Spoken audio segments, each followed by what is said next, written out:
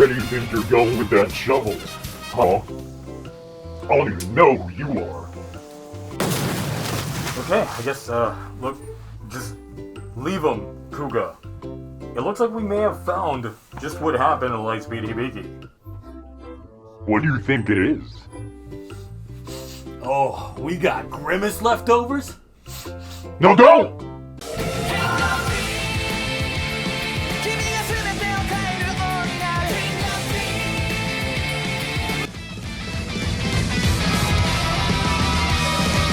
Well, this was indeed an episode. Finally, the real rematch we've been waiting for. Well, is it?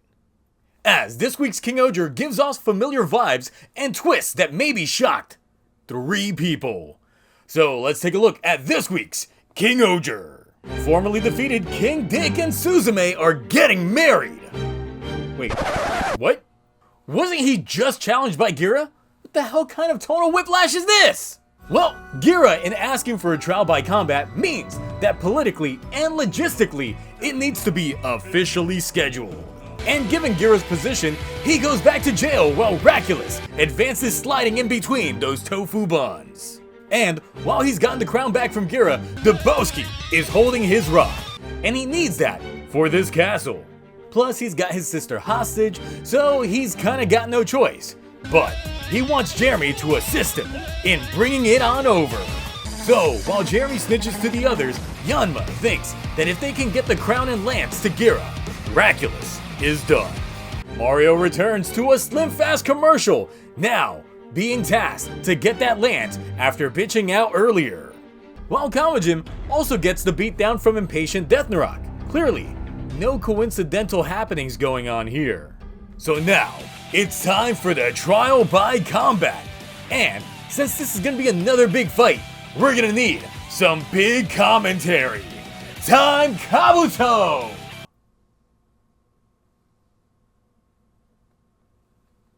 Time... No? No. How about you, Blade? Oh, he's gone. I'm still here.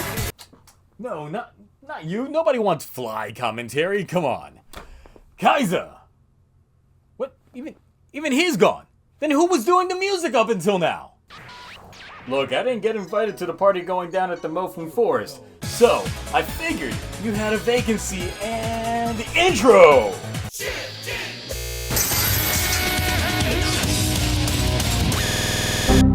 What the hell was that?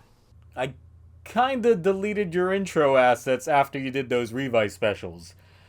Look, I'll just do it myself. Just keep playing those funky beats, and I'll do the talking.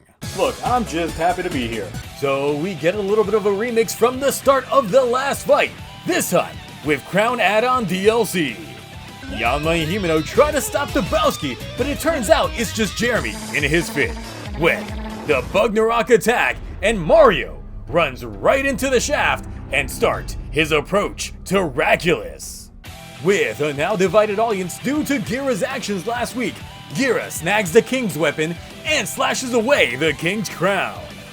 And look, although the first fight between these two was still one of the top fights, this one is pretty good. With knocking Raculus out of suit, Gira's plan is to just get Raculus to admit his ideals in front of the camera. And just apologize. But Raculus doesn't want to bend the knee. I mean, did you see what happened last week when he did? It was awful! So, when the Bugnarok attack, again, Mario comes on in to impale Gira, only for it to be a Jeremy fake, revealing that Mario was Kamajin the whole time! Raculus was being used by the Bugnarok this whole time, and the real Mario, Boshamar, has been dead for a while. So, the others handle the business while the others continue their duel. But Raculus snaps and shows his true intent, pissing off everyone, giving us Hat Guy Redemption Arc.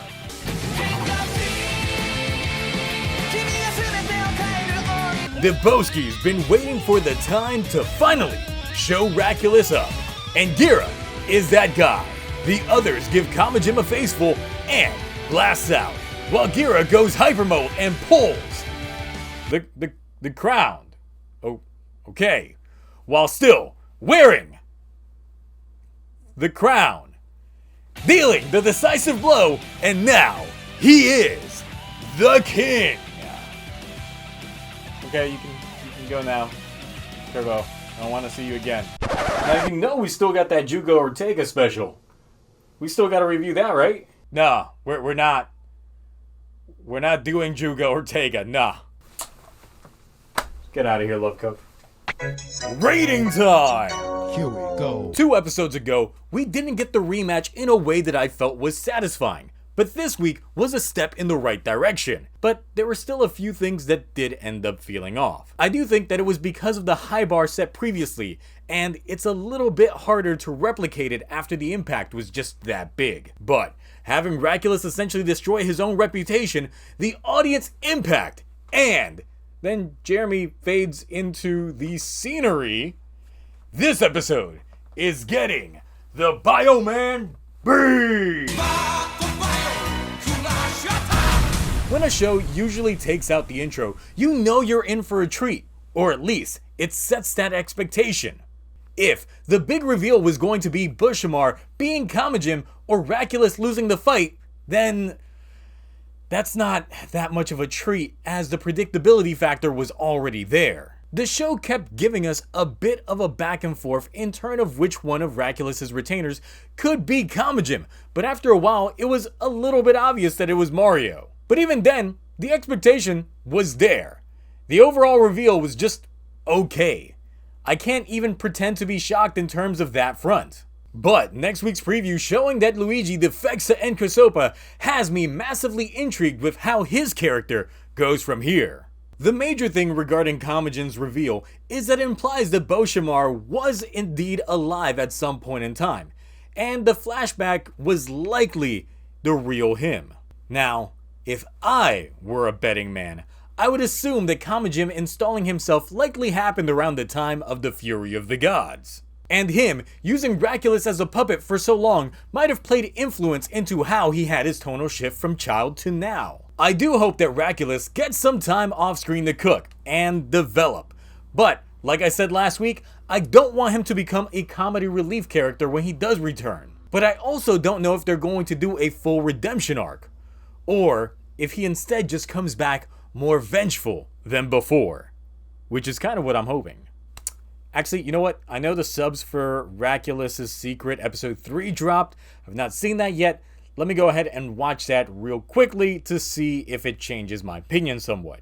Well, that fight was certainly better, and it did tell us that Vidalia died so Raculus could gain the crown and learn some more stuff. So yeah, I want Raculus to double down on bad and come back with a new form, because the Ohger Caliber Zero actually gets tossed aside and is seen still on the field when Gira blasts Raculus out.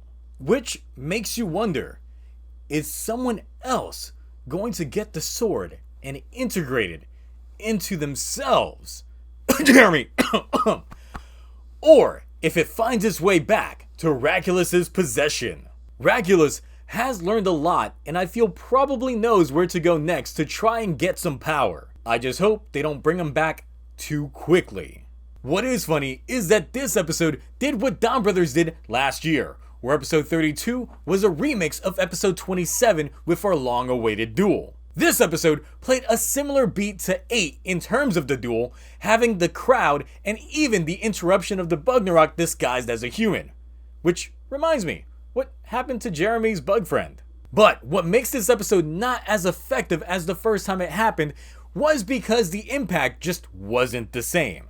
I was hoping Gira might have had a new Raculus memory that chimed on in, but no.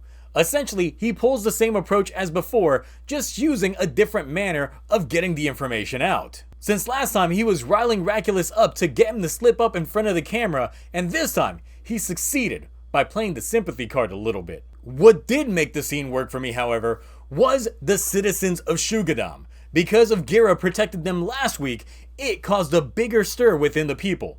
I just wish we got a little bit more of that. There was another big thing that I did find interesting, and it was when Dabowski gives Gira the lance, where he explains that he's been waiting for this moment, and he's been trying to find a way to overthrow Raculus for some time. We do get a look on Suzume, but it's less of a look of relief, and more of a look of a somber, bittersweet style. Which, I'm still in the camp of maybe she had some sort of attraction to Raculus after the years of captivity, while he only saw her as a bargaining chip. Next week does look to be a little bit more on the humor side of things as they test Gira's kingly worth. But outside of that, what did you think about this week's King-Ohger? Who's getting that Ohger Caliber 0? Will Yanma accept Luigi? Or will he find his way somewhere else? Where does the story go from here, and how long till Raculus's return? Anyway, that's it from me. I'll see you all next time. Bye.